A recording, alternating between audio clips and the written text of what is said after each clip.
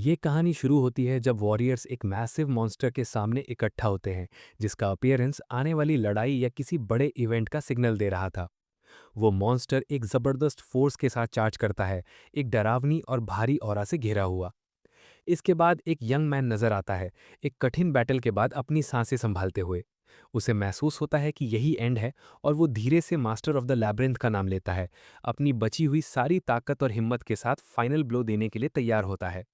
वो young man एक massive attack launch करता है, और पूरा एरिया एक पावरफुल तेज रोशनी से चमक उठता है, जहां से एक चमकता हुआ बीम अपने टारगेट की तरफ बहुत तेज रफ्तार और फोर्स के साथ शूट करता है। एक बहरा कर देने वाला एक्सप्लोजन होता है जो जबरदस्त तबाही मचा देता है। हवा तक इस ब्लास्ट की ताकत से फट सी जाती है, आसपास का सब कुछ बर्बाद हो जाता है। एक्सप्लोजन्स और ज़्यादा पावरफुल और वायलेंट होते जाते हैं जब तक कि वो अपने आसपास की हर चीज़ को मिटा देने जैसे लगते हैं। इसके बाद ये क्लियर हो जाता है कि ये सब बस एक वीडियो गेम के इवेंट्स थे। कंप्यूटर स्क्रीन के सामने बैठा हुआ वो यंग मैन खुश नज़र आता है जब एक नोटिफिकेशन पॉपअप होती है जिसमें लिखा होता है कि उसने गेम को एक डिफ़िकल्टी लेवल पर कंप्लीट कर लिया है, जो एक टर्न बेस्ड कॉम्बैट सिस्टम पर बेस्ड है। लेकिन वो कमेंट करता है कि जैसे उसने एक्सपेक्ट किया था, डिफ़िकल्टी धीरे धीरे और बढ़ रही है। फिर उसके सामने उसकी अचीवमेंट्स और अलग अलग डिफ़िकल्टीज़ की लिस्ट आ जाती है जो उसने कंप्लीट की हैं। वो सोचता है कि इन स्टेजेस को कैसे क्लियर करे, इस पर एक वीडियो अपलोड करे। लेकिन अचानक उसकी नज़र एक स्पेशल डिफ़िकल्टी ऑप्शन पर पड़ती है जिसका नाम फाइनल लेवल या लास्ट होता है, जो उसकी क्यूरियोसिटी बढ़ा देता है, और वो तुरंत उसे ट्राई करने का फैसला करता है। स्क्रीन पर एक नोटिफिकेशन आती है एक नई स्पेशल एबिलिटी के बारे में, जो उसने गेम फिनिश करने पर अनलॉक की है। एक ऐसी एबिलिटी जो उसने पहले कभी नहीं देखी थी, लेकिन वो इसे इग्नोर कर देता है, कहते हुए कि वो फिर भी खेलेगा। वो एक नया कैरेक्टर कस्टमाइज करना शुरू करता है जिसका नाम कैलेब रखता है। और क्योंकि मेन हीरो एक मेज है, वो सारे के सारे 10 एबिलिटी पॉइंट्स सिर्फ विजडम में डाल देता है। जैसे ही वो स्टार्ट बटन प्रेस करता है, कुछ बहुत ही अजीब होता है। कंप्यूटर से एक अजीब सी फ्लैश निकलती है जो बिल्कुल अननेचुरल लग रही होती है। अचानक उसे एक जोर की आवाज़ सुनाई देती है जो उसे बुला रही होती है, वॉच आउट, वेक अप। और वो शॉक से झटका खा लेता है। वो खुद को एक बिल्कुल अलग जगह पर पाता है, और ऐसा लगता है कोई उसे क्रिमिनल कहकर जगाने को कह रहा है, जिससे वो हैरानी में सोचता है, क्या ये मुझसे बात कर रहे हैं? वो खुद को समझाने की कोशिश करता है कि ये बस एक सपना है। सोचता है कि जब वो अभी कुछ देर पहले गेम खेल रहा था तो वो क्रिमिनल कैसे हो सकता है। लेकिन एक गुस्से में आदमी उसे शांत नहीं होने देता। उसके मुंह पर जोर से चिल्लाता है, क्या तू हंस रहा है, पागल कमीने? फिर उसे धक्का देता है, उसे जोर से जमीन पर गिरा देता है। वो गुस्से वाला आदमी ठंडी आवाज में कहता है कि मौत तो तय है, और पागलपन दर्द को कम कर देगा। जिससे वो यंग मैन फिर से सोचने लगता है कि क्या ये सब सच में एक सपना है, और अगर है तो उसे दर्द क्यों महसूस हो रहा है। वो परेशानी के साथ नोट करता है कि ये सपना कितना रियलिस्टिक है, और गहरी डर के साथ सोचने लगता है, क्यों ये इतना ज़्यादा रियल लग रहा था। इसके बाद एक अजीब सा नीला क्रिएचर सामने आया, और उन्हें बताया कि वो सब अब मैजिकल स्लेव्स बन गए हैं, और वही लोग हैं जिन्होंने क्राइम्स किए थे, और ये लैब्रिंथ उनके लिए अपनी किस्मत बदलने का आखिरी मौका है। उसने ये भी कहा कि अगर वो लैब्रिंथ से जिंदा बाहर निकल गए, तो यहाँ से कमाए हुए पैसे से वो अपनी स्लेवरी से आज़ाद हो सकते हैं, और जो चाहे वो उस फेमस मैजिकल यूनिवर्सिटी में इनरोल भी हो सकता है, जिसे गेम में पहले दिखाया गया था। ये सुनकर यंग मैन शॉक हो गया जब उसने उस यूनिवर्सिटी का नाम सुना, जिसे वो गेम से अच्छी तरह जानता था, लेकिन उसने कभी नहीं सोचा था कि वो रियलिटी में भी एग्जिस्ट करेगी।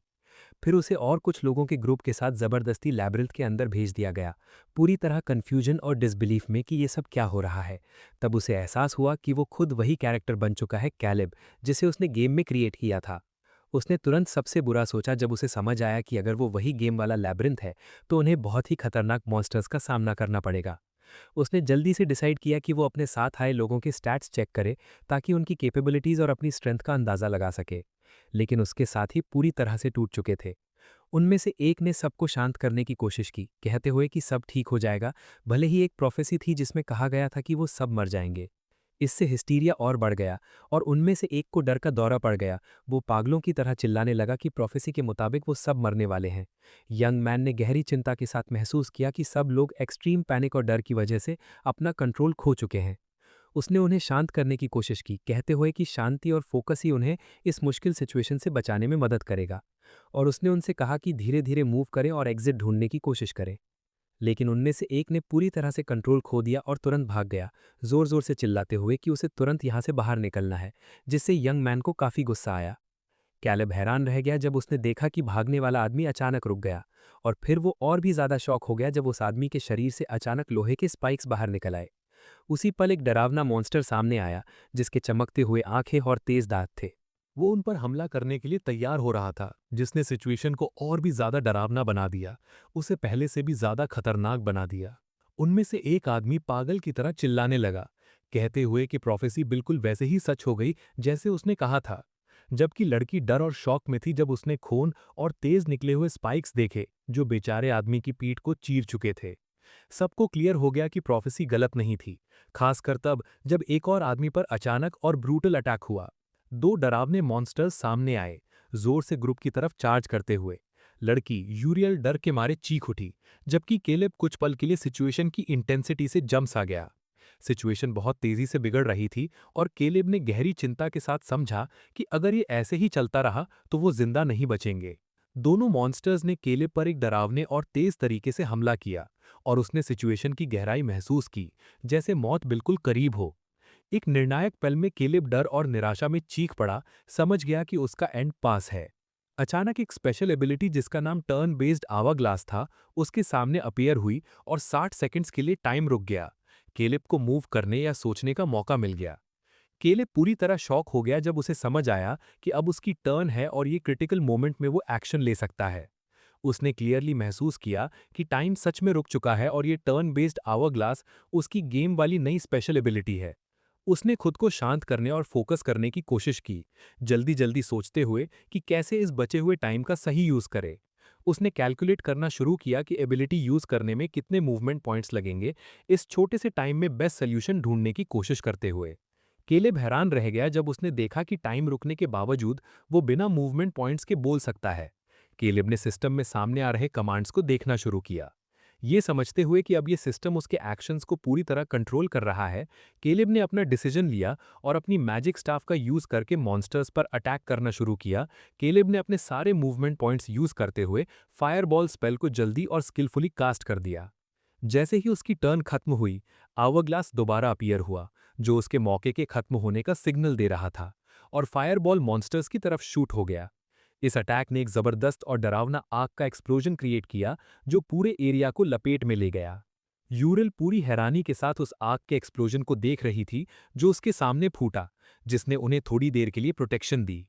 केलिब शॉक में था जब उसे समझ आया कि वो सच में लगभग मर ही गया था, और वो बार बार सोचने लगा कि उसने ऐसा क्या किया था जो वो इतनी खतरनाक सिचुएशन में आ गया। वो फिर से गेम के रूल्स और अपनी एबिलिटीज के बारे में सोचने लगा, खुद को यकीन दिलाते हुए कि उसका मैजिक का नॉलेज सबसे ज्यादा है, चाहे सिचुएशन कितनी भी मुश्किल क्यों ना हो।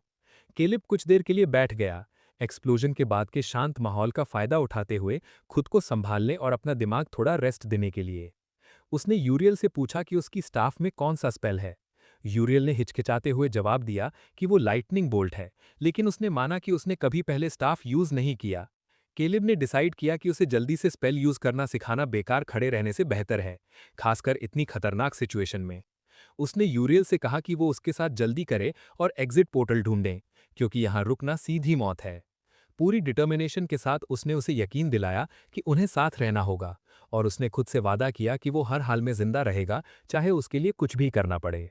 केलिब को वो कैटास्ट्रोफी याद आने लगा जो सालों पहले हुआ था, जब मॉन्स्टर्स लैबिरिंथ से बाहर निकल आए थे और हर जगह तबाही मचा दी थी। उसे ये भी याद आया कि कितने एडवेंचरर्स और मेजेस इस लैबिरिंथ में अपनी जान गंवा चुके थे, इसकी एक्सट्रीम डिफिकल्टी और डेंजर की वजह से। केलिब ने उरेल को समझाया कि यही लैबिरिंथ का पर्पस है, स्लेव्स को इसमें डालकर मेजेस को ट्रेन करना, ताकि देखा जा सके कौन जिंदा बच सकता है।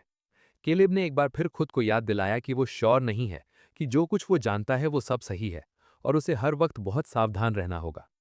इर्निल ने उसे दोबारा थैंक यू बोला, उसके साथ रहने और सपोर्ट करने के लिए। फिर इर्निल ने फॉर्मली अपना इंट्रोडक्शन दिया और दिल से उसका शुक्रिया अदा किया इस डरावनी सिचुएशन में उसकी मदद और कंसर्न के लिए। केलेब और एर्निल चुपचाप लैबिरिंथ के अंदर साथ चलने लगे। एर्निल टेंस थी और उसने नोटिस किया कि केलेब कितना शांत है, उसके पहले वाले स्लेव काट के चाटीनेस के मुकाबले। केलेब ने अपने पास्ट के बारे में सोचा इस जगह पर आने से पहले, और समझा कि उसे ये इन्फॉर्मेशन दूसरों के साथ शेयर करने में बहुत केयरफुल रहना होगा। एर्निल ने अपनी टेंशन कम करने के लिए बात करनी शुरू की।